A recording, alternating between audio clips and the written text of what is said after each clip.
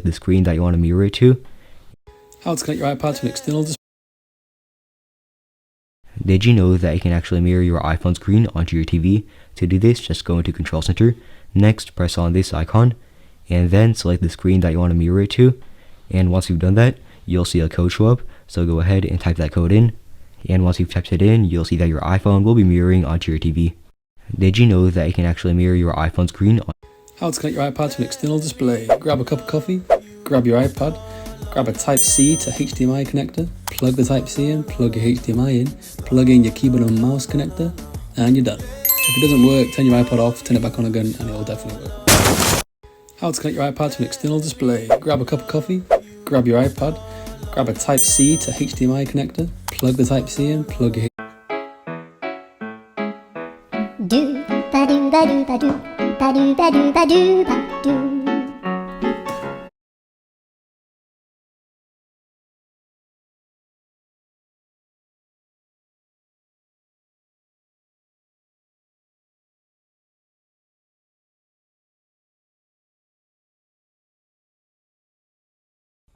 These are 1,000 wasp eggs, and for the next 2 weeks, I will hatch and raise them into a deadly army. But before they go to war with the pests destroying our garden, they'll need to eat their enemies, learn to fly, and avoid the deadliest predators in my bedroom. Our plants need their help, but right now, these eggs need me. The cellar kept them too warm, so they started hatching in the mail. And every couple of minutes, another wasp feels the warm air in my bedroom and decides it's time to break out of the shell. But they are starving. They don't have any food or water, which means that we'll end up with 1,000 dead wasps if we don't act quick enough. And to make it worse, we can't just add in a bowl of water and food for them. The seller actually sent me the wrong type of wasps, and even though these guys will still rescue our plants, I didn't prepare for wasps that can drown in a droplet of water. But I have a plan. If we take some cotton balls from our ants and soak them in water and nectar, then the wasps can eat from them without getting stuck in a puddle of liquid.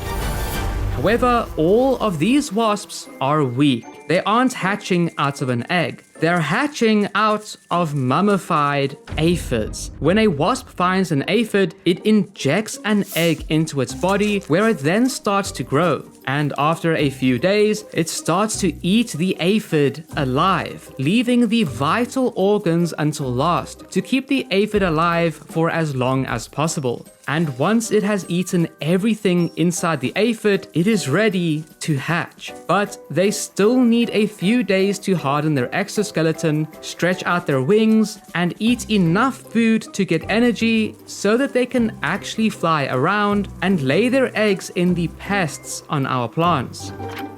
But just 2 days later, all 1,000 wasps can be released with our plants. We just need to set up an area for them to meet the aphids. I plan to release them into the grow tent with our plants, but seeing as the seller of these wasps genuinely sent me the wrong order, we need to figure out what to do. Guys, I think we can use this stuff to make something for our plants and wasps. It might be a bit tight, but at least we can keep the wasp contained and film if they get caught by the plants before they get the aphids. But yeah, I don't know how well this is gonna work because it's kind of floppy.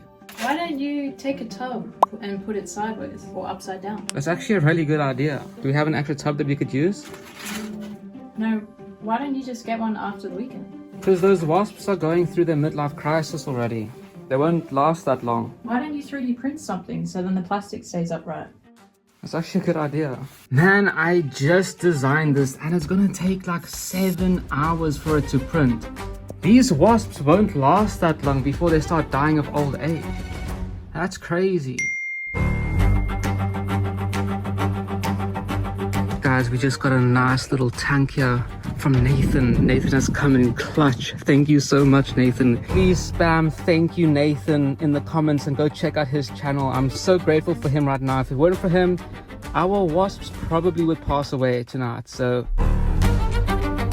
And finally, we can release our parasitic wasps with our most infected plant.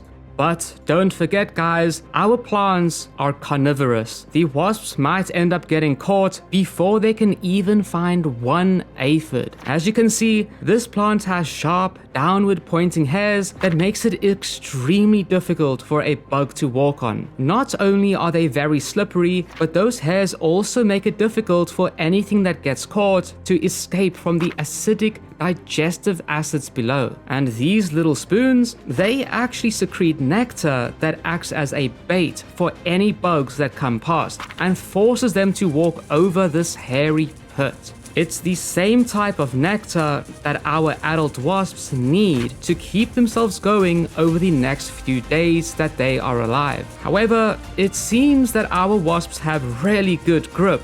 For now, they are easily able to walk over the plant's hairs without any issues, which means that it is just a matter of time until they come across an aphid and inject an egg.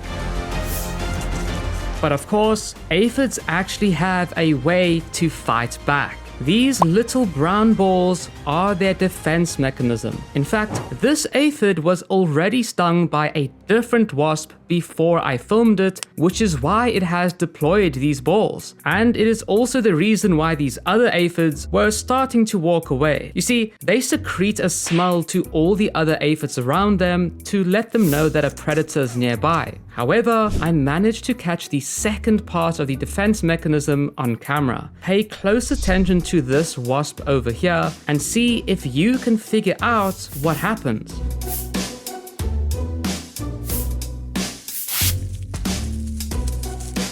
Yep, as it turns out, the aphids actually spray that smelly stuff into the face of their enemies, and it instantly reacts with the air and becomes extremely sticky. You can even see how the wasp's antenna gets stuck to the plant as it drags itself away. I never knew aphids had any type of defense mechanisms, but to be honest, I don't think it will do much to all the wasps we have on the plant right now, especially because the aphids are all lined up like easy targets for our wasps. As this wasp starts making its way through the herd, injecting its eggs as it goes, we can even see how those brown balls pop up out of this aphid and just how quickly the smell spreads to warn the others around it. But it really isn't going to stop them from getting stung by the wasp. Yet, what we can't see here is how the wasp actually chooses when it wants to make a baby boy or a baby girl. You see, most animals need to mate in order for them to have living babies, but these wasps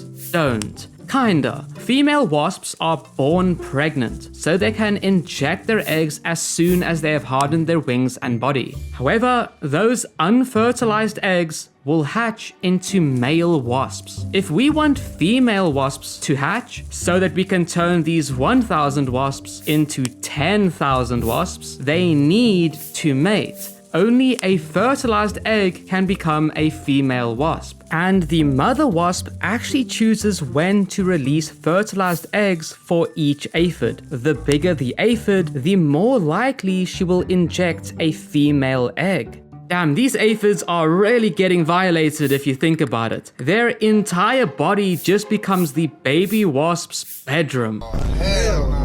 However, seeing as these plants are carnivorous, it's only a matter of time before the wasps start to slip up. In fact, as soon as we add in a different carnivorous plant, the nectar and slippery walls are too much for the wasps to handle.